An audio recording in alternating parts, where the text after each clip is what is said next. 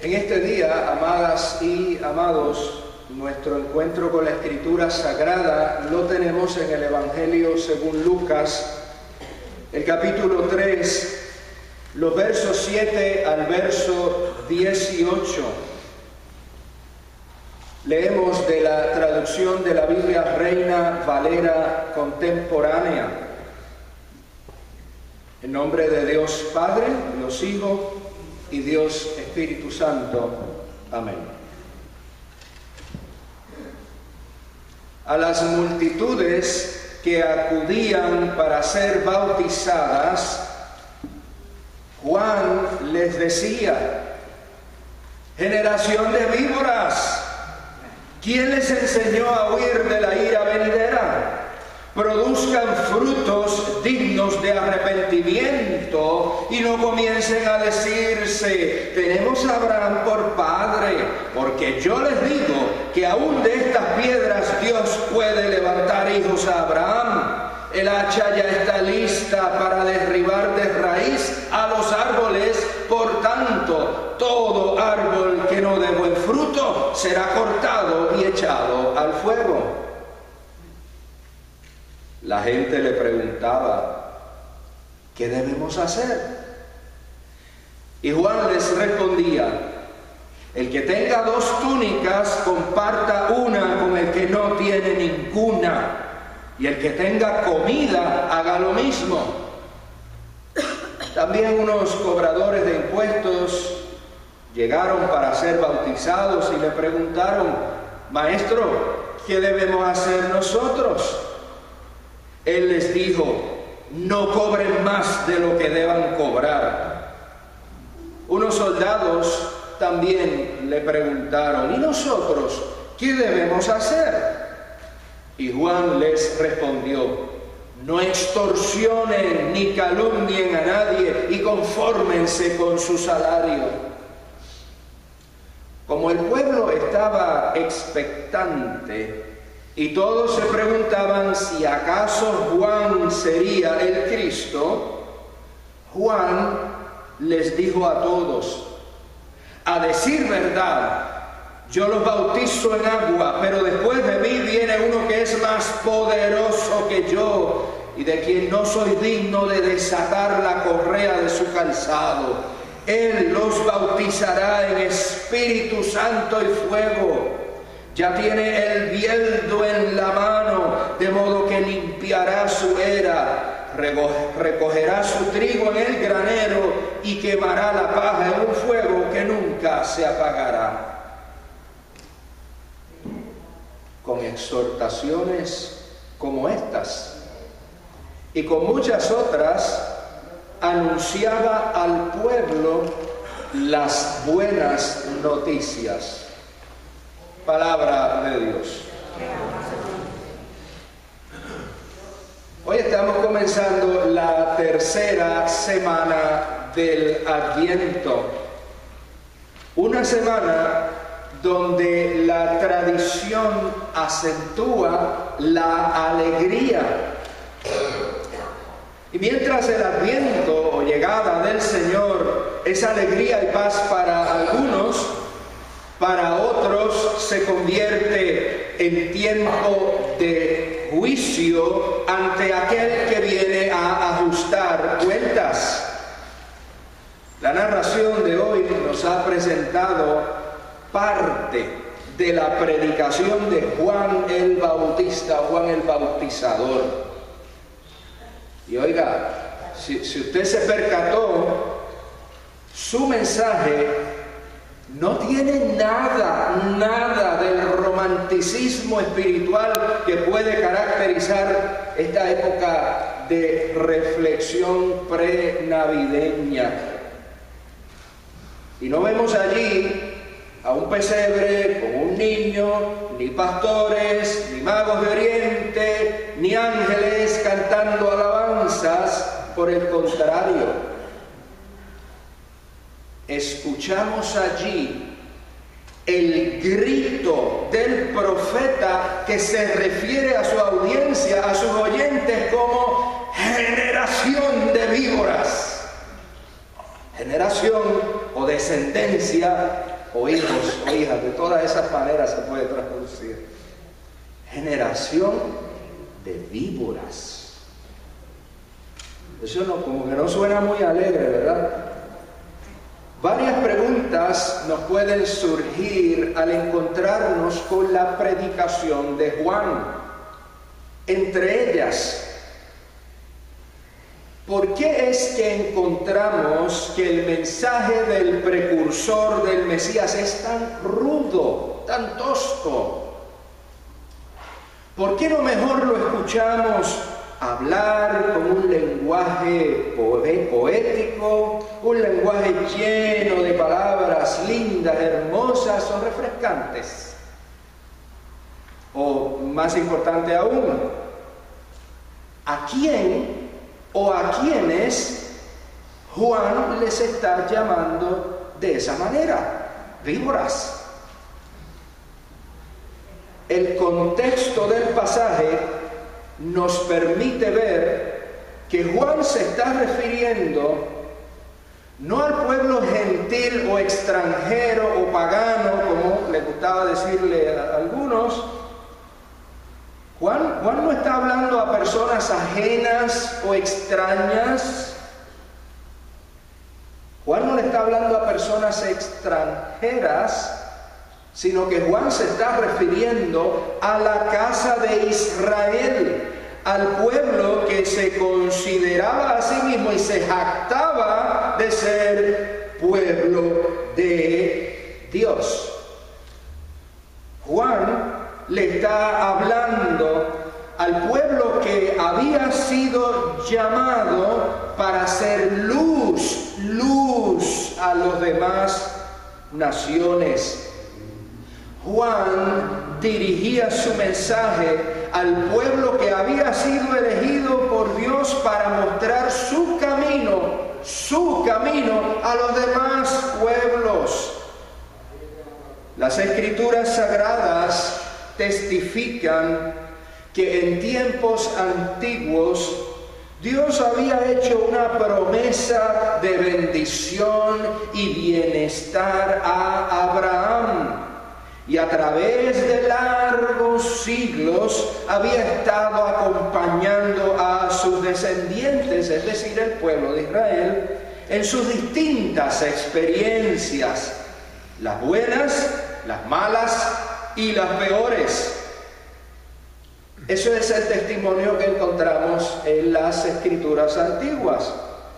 Pero el pueblo, en lugar de disfrutar esa bendición y buscar darla a conocer a otras naciones y a otras personas, vez tras vez le daban la espalda al llamado de Dios y hacían lo que mejor les parecía. Y a todo eso, usualmente se jactaban de ser hijos de Abraham. ¡Wow! El mensaje de Juan, entonces, va dirigido a hacerle bien claro a aquella gente que el hecho de ser descendientes de Abraham y miembros del pueblo escogido no es una licencia para la vida desenfrenada, libertina e injusta, sino que requiere una forma de vida diferente. Ellos estaban muy confiados de ser hijos de Abraham o ser hijos de la promesa de Dios, pero no se percataban que el privilegio de ser hijo o heredero también conlleva profundas responsabilidades. Tal parece que ellos se amparaban en su herencia cultural, su herencia social y su herencia religiosa como un escudo para no hacer lo que Dios esperaba cada día. Sin embargo, en ese momento que leemos el testimonio de la Escritura para hoy, estaban enfrentándose a un profeta que no tenía la menor intención de continuar el jueguito religioso del pueblo. Él estaba decidido a confrontarlos y a desenmascarar públicamente la hipocresía de ese estilo de vida de quienes se consideran a sí mismos como pueblo de Dios, pero no conducen su vida a la altura de lo que Dios, no otra gente, Dios espera. Y por eso, Él les llama generación, hijos, hijas, descendientes de víboras. Les advierte allí que no huirán de lo que Él llama la ira venidera, y les hace un llamado claro y contundente que lo encontrábamos en el verso 8. Produzcan, les dice Juan, produzcan frutos dignos de arrepentimiento. Frutos dignos de arrepentimiento. Arrepentimiento implica cambio y conversión. Arrepentimiento implica ajuste de la ruta a seguir. Arrepentimiento no es visto como un sentimiento de culpa que nos entristece y nos hace llorar, sino que es entendido como un cambio de estilo de vida, una conversión real donde se asume una forma distinta de conducta. Realineación del camino propio con el camino del Señor. 2 milenios. ¿Usted sabe lo que son 2 milenios? Eso es un montón de tiempo, un montón de años, un zafacón. 20 siglos han pasado desde ese tiempo y parece que el pueblo de Dios continúa funcionando de la misma manera. Y ya no se trata del pueblo de Israel, sino de lo que muchas y muchos teólogos llaman el nuevo pueblo de Dios, es decir, la comunidad de creyentes que confiesan a Jesús como Señor y Redentor de sus vidas. Muchas y muchos creyentes reciben el perdón de Cristo, aceptan la salvación gratuita que Dios les ofrece y encuentran la paz interior que solo el Señor les puede dar. Sin embargo, continúan viviendo y comportándose como si nunca lo hubieran conocido. Y son esas y esos los creyentes que llevan a muchas personas a decir lo que mis oíditos han escuchado con mucha frecuencia: ¿y para qué yo voy a ir a la iglesia si la iglesia está llena de hipocresía? Son esas y esos los creyentes que cantan y que alaban a Dios como Señor, pero no buscan conocer ni obedecer su palabra contenida en las Escrituras. Son esas y esos creyentes los que elevan extensas oraciones en los templos y en los lugares de adoración, pero no tienen la capacidad de tratar a sus propios familiares con amor y con respeto. Dios les da el privilegio de ser llamados hijas e hijos de Dios, pero viven de tal manera que más bien parecen ser hijas e hijos de las víboras. Y lo que hacen es envenenar el ambiente con su presencia. Y a todo eso, el llamado que hace Juan sigue siendo el mismo: produzcan frutos dignos de arrepentimiento. Es decir, lleven a la práctica la fe que predican, pongan en acción la fe que confiesan. Frutos dignos de arrepentimiento. Ahora, regresando a la narración del texto bíblico, encontramos allí varios ejemplos de lo que Juan identifica como frutos dignos de arrepentimiento. Algunos de los que estaban allí preguntaron, ¿qué hacer? Claro está. Yo me asusto si me encuentro a Juan diciendo, ¿verdad?, todas esas cosas que estaba diciendo, lo va a preguntar, ok, ¿qué hay que hacer? Eso fue lo que ellos dijeron, ¿qué hay que hacer?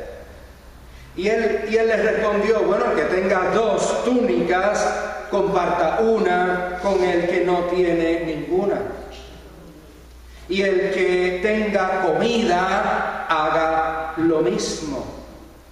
En otras palabras, el fruto de arrepentimiento se manifiesta cuando se vive generosamente, cuando se aprende a compartir, cuando se es sensible y se atiende la necesidad del prójimo. Y cuenta la narración, leíamos hace un ratito, que unos cobradores de impuestos, unos publicanos, le preguntaron lo mismo. Bueno, ¿y qué hacemos nosotros? Y Juan les hace un llamado a la honestidad en sus trabajos. Unos individuos que eran ampliamente conocidos por ser deshonestos y por ser pillos.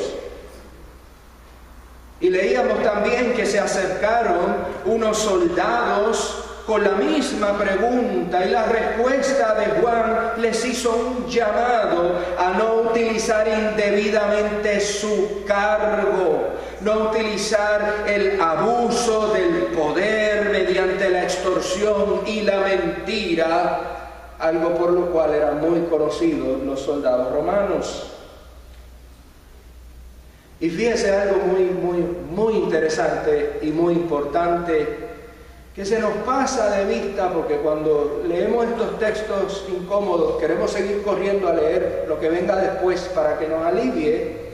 Pero fíjense lo siguiente: ninguno de los que preguntó recibió una respuesta que no tuviera que ver con su vida cotidiana.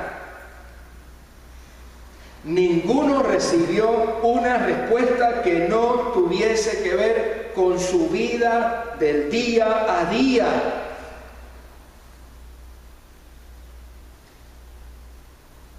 Porque esa es la vida cotidiana, mis amores. Es la vida cotidiana, es en nuestro centro de estudio, en nuestra escuela, es en nuestro trabajo, es en el hogar y es en todas partes donde se debe manifestar ese fruto de arrepentimiento. En un templo, en un santuario, no es ahí, no es aquí. Es donde usted está y donde yo estoy, donde nos movemos, es allí, en nuestra cotidianidad. La pregunta que debemos hacernos entonces es, y dije hacernos, plural, es, ¿estoy dando fruto digno de arrepentimiento? Mi querida y querido hermano, ¿qué es lo que ve tu familia en tu casa? ¿Qué es lo que ve mi familia en la mía? ¿Qué es lo que ve en nuestras vidas el compañero de labor? ¿Qué es lo que ve la vecina o el vecino?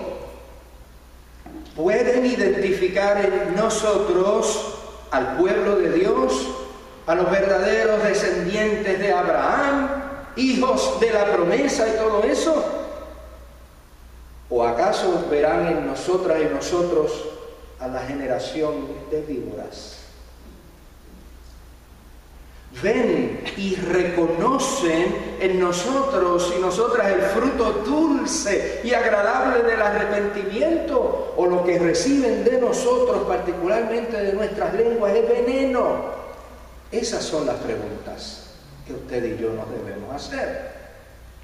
¿Qué es lo que nos va a distinguir en esta temporada de Adviento y Navidad?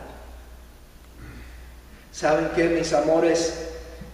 El mundo, nuestro mundo, está repleto y está cansado de ver gente falta de integridad, gente que promete y no cumple, gente que en lugar de conversar lo que hace es gritarle a sus hijos e hijas y a los esposos o esposas, gente que no es honesta en sus empleos, personas que olvidan al necesitado y abandonan aún a sus seres más cercanos. Y que muchas personas mayores, yo he visto que yo creo que están solos y resulta que tienen hijos, hijas, nietos. El mundo está hastiado de eso. El mundo está lleno de eso. No necesitan adicionales. Por eso Dios a mí y a ti nos llama a hacer la diferencia. Dios nos llama a identificar oportunidades en las cuales podamos dar y compartir frutos dignos de arrepentimiento. Dios nos llama al cambio de actitud. Dios nos da el privilegio de ser sus hijas e hijos. Pero ese privilegio no nos exime de comportarnos como hijas e hijos de Dios. En lugar de las culebritas venenosas, recibamos entonces con alegría la buena noticia. Es interesante, si usted mira el final del texto que leímos, después de toda esa lluvia que Juan ha mandado allí, dice, con estas y otras palabras, Juan les daba la buena noticia. Pues recibamos con alegría la buena noticia del perdón divino y busquemos agradecer ese perdón, viviendo de manera distinta y tratando al prójimo con misericordia, compasión y amor. Y entonces, como afirmaba la escritura profética de Isaías, que leemos en estos días también, cuando eso pase, hasta el lugar desolado y el desierto estarán contentos. Soli Deo Gloria. Amado Señor, Dios del Adviento, que tu cercanía, tu llegada, tu presencia nos lleve a ser gente que en palabra y acción compartamos la alegría de tu gracia, que es el mejor antídoto para el veneno de la vida.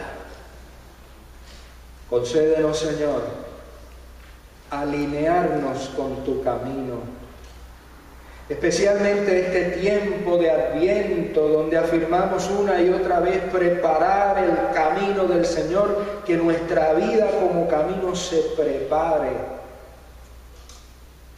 para seguir los pasos de Cristo, el Redentor, que dijo que venía y llegó, y que dijo que volvería y regresará. En nombre de Cristo Jesús oramos. Amén. Amén. Y amén.